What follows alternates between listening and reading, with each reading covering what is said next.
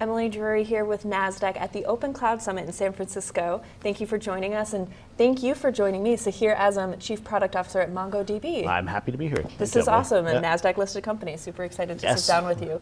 So for everyone who's watching who might not be familiar, share a little background on MongoDB, and especially for the viewers who are less familiar with cloud infrastructure software companies. What's one thing that MongoDB enables people to do day to day? Yeah, absolutely. So MongoDB is started as an open source database company that really changed the way developers build modern applications. And particularly in the last few years, we've really evolved the business to be a cloud data platform, that not only provides core database functionality, but broadens the value provide, but still around data for developers. And we're actually one of the most popular database platforms in the world today. I think on any given day, we're the 4th or 5th most popular.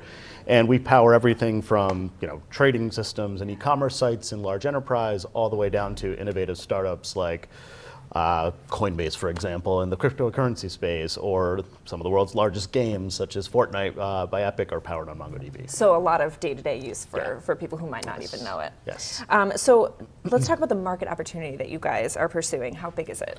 Yeah, so it's actually, the database market in general is arguably one of the largest in software. I think the latest stats that I've seen have it pegged at around 68 billion today, growing to about 98 billion in the next 3 to 4 years. So it's absolutely massive, whether it's 68 or 100, either way, it's giant. Huge. So that's what we're chasing. And it's certainly a market that's been very entrenched with some large legacy technologies and vendors. And so I think it's still early days, but the trends in the market are certainly something we think are in our favor. I like the big opportunity.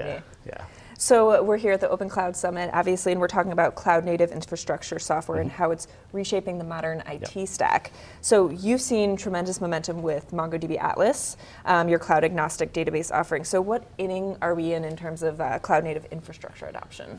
I think the lower in the stack and more in the infrastructure layer you are, I think it more matters that you're open, and I think Mongo's always been driven by the cloud. In many ways, we were founded and launched right around the same time as Amazon Web Services, and the rise of the cloud has certainly powered the adoption of our technology worldwide. I think the difference is, customers are now demanding that they don't want to run that open source software themselves in the public cloud. They want a really cloud native experience, but in a way that gives them flexibility and freedom and doesn't necessarily lock them into one particular infrastructure provider. So I definitely think if you look at sort of total IT spend, I was just watching the presentation here at the summit, and there's still plenty of on-premises spend, legacy data center spend that will stay on-prem for a long time. But where the growth is, where the innovation's happening, that's largely in the public cloud, and that's really what we're focused on.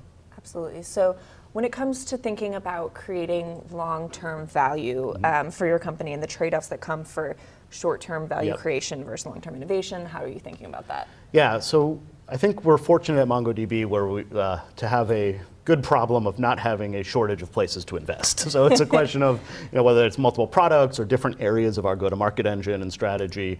It's a question really of almost quantifying where we think we'll get the biggest return. And we're fortunate also to have an investor base and a board that's very much looking to build a long-term, enduring software franchise. So all in all, we tend to take the long view on the technology innovations and products we need to build. Now, that being said, we are a public company. We have, we have to upkeep our performance and make sure that, we're consistently showing top-line growth, the improvements of the business. So it's never all or nothing. But in general, we are looking to build a long-term sustainable business that stand on its own for decades, not to optimize for the short term. So it's a delicate dance every delicate single dance, day. So since its founding, Mongo has been competing with some of the biggest tech giants. You mentioned Amazon already. So what's your approach to disrupting behemoth incumbents, and what advice would you give to younger startups that are going down this path? So Mongo, as I mentioned, is in this giant entrenched industry of database software.